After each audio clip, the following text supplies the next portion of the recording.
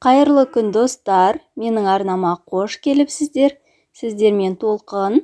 Мен бүгін сіздермен қазіргі таңда тренд болып жатқан бенто торттарының рецептімен бөлісемін.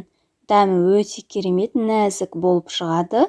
Видеоны соңына дейін қарап, менің арнама тіркеліп, қоңыраушаны басуды ұмытпаңыздар.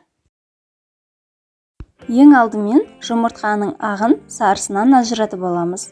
Жұмыртқаның ағын салатын ыдыс бізде құрғақ, таза, бір тамшы да су болмау керек.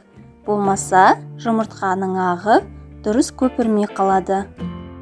Барлық жұмыртқамызды дәл осылай ағынан сарысынан ажыратып аламыз. Жұмыртқаның ағын үстінен тұз және лимон қышқылын саламыз. Бір пачка ванилин саламыз, бірақ бұл міндетті емес. Көлемі 2-3 есе өскенше миксердің орташа жылдамдығында миксерлейміз. Және осылай көпіргеннен кейін үстінен қантты аз-аздан сала отырып, орташа жылдамдықта миксерлейміз. Қантымыз толық еріп болғаннан кейін миксердің жоғары жылдамдығына ауыстырамыз. Бізде осындай қатты тығыз масса шығу керек. Жұмыртқаның сарысында дәл солай 2 есе өскенше миксерлейміз. Жұмыртқаның ағының үстінен сарысын салып, ақырындап жоғарыдан төмен қарай лопатканың көмегімен араластырамыз. Ақырын араластыру керек, себебі жұмыртқаның ағы басылып қалса, бисквит көтерілмей қалады. Толық араластырып болғаннан кейін ұнымызды електен өткізіп, 3-4 бөлікке бөліп саламыз. Және бұны да ақырын лопаткамен жоғарыдан төмен қарай араластырамыз.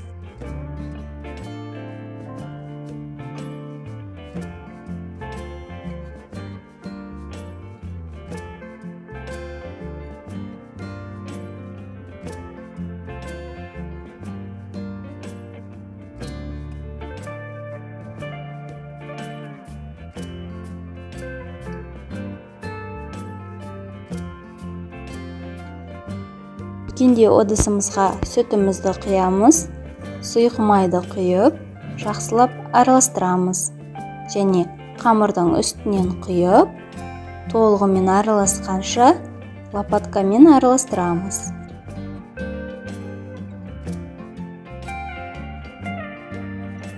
Противень үстіне пергамент қағазын төсеп, бисквитімізді салып, барлық жеріне жететіндей етіп жайып шығамыз. Менде противень размері 30-35. Алдын ала қыздырылған пеште 180 градуста 20 минут пісіріп аламыз.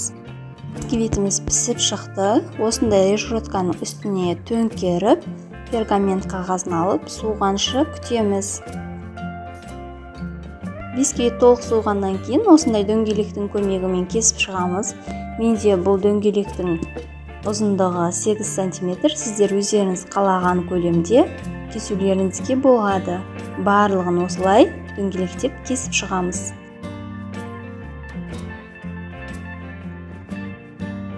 Бисквиттерімізді пышақтың көмегімен осындай ортасынан теңдей етіп, барлығын бірдей етіп кесіп шығамыз. Ыдысымызға творожный сырымызды саламыз. Бұл сыр менде қолдан жасалған творожный сыр. Рецептін төменге описанияға қалдыратын боламын. Бұл 300 грамм болғандықтан маған жетпейді, сондықтан дүкеннің творожный сырын араластырамын. Үстінен қантымызды салып, толық қанты ерігенше, творожный сыр біріккенше миксерлейтін боламыз 1 минут көлемінде. Творожный сыр толық миксерленген кейін үстінен сливкимізді салып, миксердің жай жылдамдығынан бастап миксерлеп, жоғары қарай көтере береміз. Бізде осындай тығыз масса шығады. Лопаткамен араластырып, ішіндегі ауасын шығарып аламыз. Енді кезекте торттарымызды жинаймыз. Коржымыздың үстінен пропиткамызды құямыз. Мен пропитканы жылы сүт және қанттан жасадым. Осылай пропитканы құйып болғаннан кейін үстінен кремімізді жағып шығамыз да қасықтың көмегімен жаямыз. Үстінен қайтадан корж салып, пропитка жасап, солай барлығын түгелімен қайталаймыз. Мен тортты 4 корждан жасадым.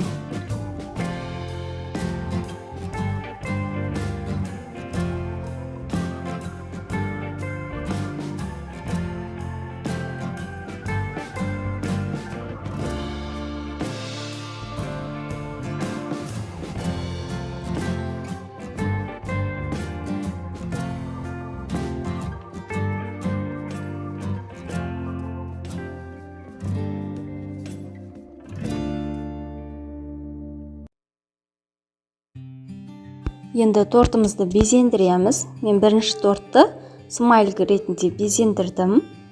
Кремімізге сары түсті бояғыш салып, жақсылап араластырамыз. Крем дайын болғаннан кейін торттың сыртының барлығына жағып шығып, тортты сары креммен қаптайтын боламыз. Смайликтің көзін және аузын шоколадты су ваннасында кондитерский мешокқа салып ерітіп, осылайынан жағып шығамыз. Енді екінші тортымызды безендіруге кірісеміз. Тортымыздың сыртын ақ креммен толығымен қаптап аламыз. 1-2 қасық кремге қызыл красканы салып, жақсылап араластырып аламыз бояу ерігенше, және кондитерлік қапшыққа салып, торттың үстінен осындай жүрекшелердің суретін салып шығамыз. Енді үшінші тортымызды безендіруге кірісеміз. Кремімізге көк бояуды салып, жақсылап араластырып, торттың сыртын толығымен қаптап шығамыз. Және 1-2 қасық ақ кремді осылай торттың үстінен түймедағы гүлі секілді гүлдің суретін салып шығамыз. Үстінен бір тамшыдан сары бояуымызды гүлдің дәл ортасына тамызып шығамыз. Енді үшінші тортты безендіреміз. Ақ кремнің үстіне күлгін түсті бояуды салып, жақсылап ерітіп аламыз да, торттың үстінен қалаған жазуымызды жазып, және гүлдердің суретін салып шығамыз. Мінекей достар, біздің торттарымыз дайын болып шықты. Аса қиын емес, сіздер де жасап көріңіздер, сіздерге ұнайтынына сенімдімін. Көрінісі де әдемі болып шығады, дәмі де керемет. Егер менің рецептім сіздерге пайдалы болса, менің арнама тіркеліп, үліпіл басып, пікір қалдырып, каналымның дамуына өз үлестеріңізді қосыңыздар. Алдалы көптеген рецепттермен бөлісемін. Сау саламатта болыңыздар.